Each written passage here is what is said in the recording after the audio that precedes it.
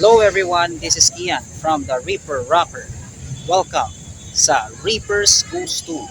Nandito tayo ngayon sa Manila City Hall para puntahan ang Manila Clock Tower Museum at alamin natin ang tungkol sa kasaysayan ng clock tower na to. At ito ang una nating serye para sa paggugunita ng History Month. So if you're excited to watch this video, don't forget to subscribe to my channel and follow my social media accounts. Tara! Last time nagpunta ako sa Manila City Hall para bisitahin ang kanilang Clock Tower Museum. Ang Clock Tower Museum ang isa sa pinakabagong attraction na matatagpuan sa Maynila. Dati itong storage room at ni-renovate para gawin isang art gallery, coffee shop at museum na naki-feature ng mga iba't ibang historical events. Binuksan ito sa publiko noong December 27, 2021 sa pangunguna ni former Mayor Isko Moreno. Ang clock tower na ito ay dinisenyo ni Antonio Toledo na nakomplete noong 1930s at isa to sa mga largest clock tower sa Pilipinas.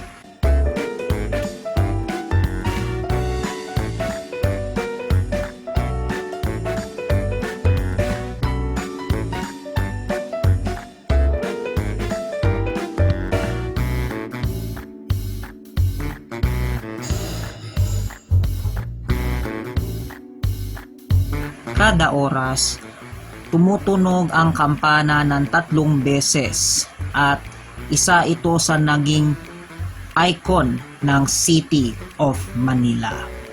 Matatagpuan ang clock tower sa 4th floor ng Manila City Hall at mula doon ay meron siyang 7 palapag papunta sa tuktok ng clock tower. Ang unang level nito ay matatagpuan ang mga iba't ibang gallery ng Battle of Manila at meron din siyang multi-sensory exhibits na pinapakita kung ano ang naganap sa Battle of Manila noong 1945. Sa ikalawang palapag naman ng main exhibition area na kung saan makikita mo mga iba't ibang art exhibits. Sa 3rd floor naman matatagpuan ang Clock Tower Cafe.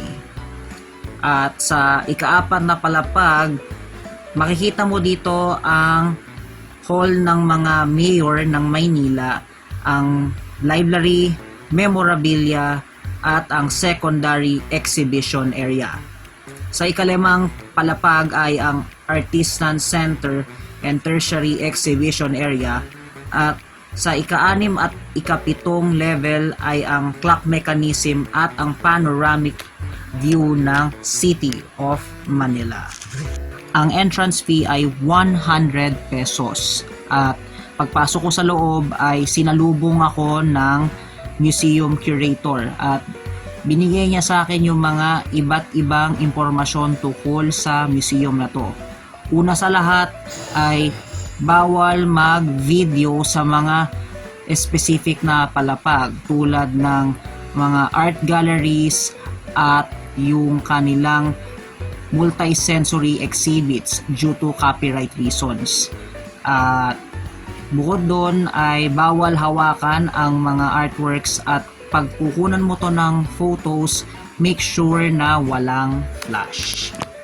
Sa unang palapag ay matatagpuan ang Battle of Manila multi-sensory exhibit. At makikita dito ang Wall of Remembrance na kung saan nakadisplay ang mga iba't ibang mga bayaning lumaban sa Battle of Manila. At makikita mo rin dito ang ilang video exhibits kung ano bang naganap sa digmaan na to. At makikita nga dito yung pagkawasak ng Manila during the liberation of the Americans against Japanese. At nakakalungkot isipin dahil ang daming nasirang mga structures. Bukod doon, naka-display din ang mga iba't ibang vintage bombs dito sa first floor.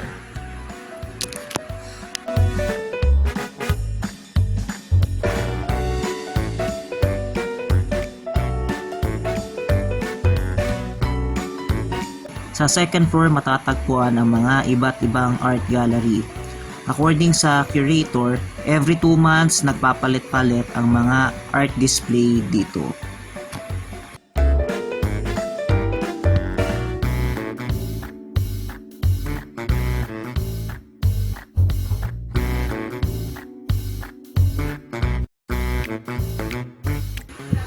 Sa ika-4 na palapag ay makikita ang Hall of Mayors na kung saan makikita mo ang mga iba't ibang past and present mayors ng Maynila. At sa ngayon makikita mo na ang dami ng naging mayor ng Maynila. At bukod doon, makikita mo rin dito ang replica seat ng mayor ng Maynila. Kaya kung gusto mo mag-picture at maging feeling na mayor ng Maynila, then you could have a picture. Too bad na ako lang ang mag-isa kaya ginamit ko lang yung aking tripod. So kaya ganito yung naging kinalabasan.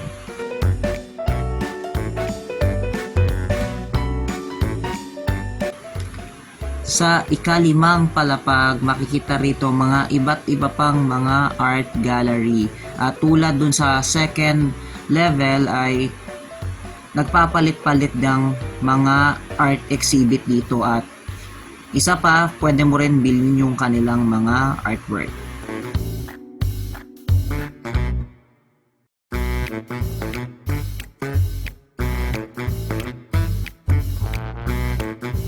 And last but not the least, we went to the 6th and the 7th level na kung saan makikita ang clock mechanism at ang panoramic view ng Maynila.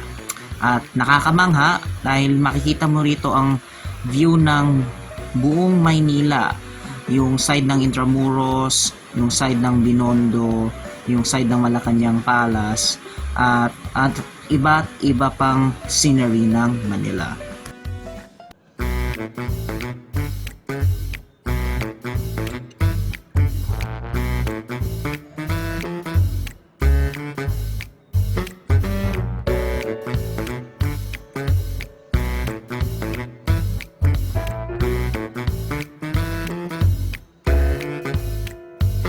At bago ako umalis ng Manila City Hall, nataon naman na merong exhibit sa lower grounds at naka-exhibit dito ang life ni Gregoria de Jesus na asawa ni Andres Bonifacio.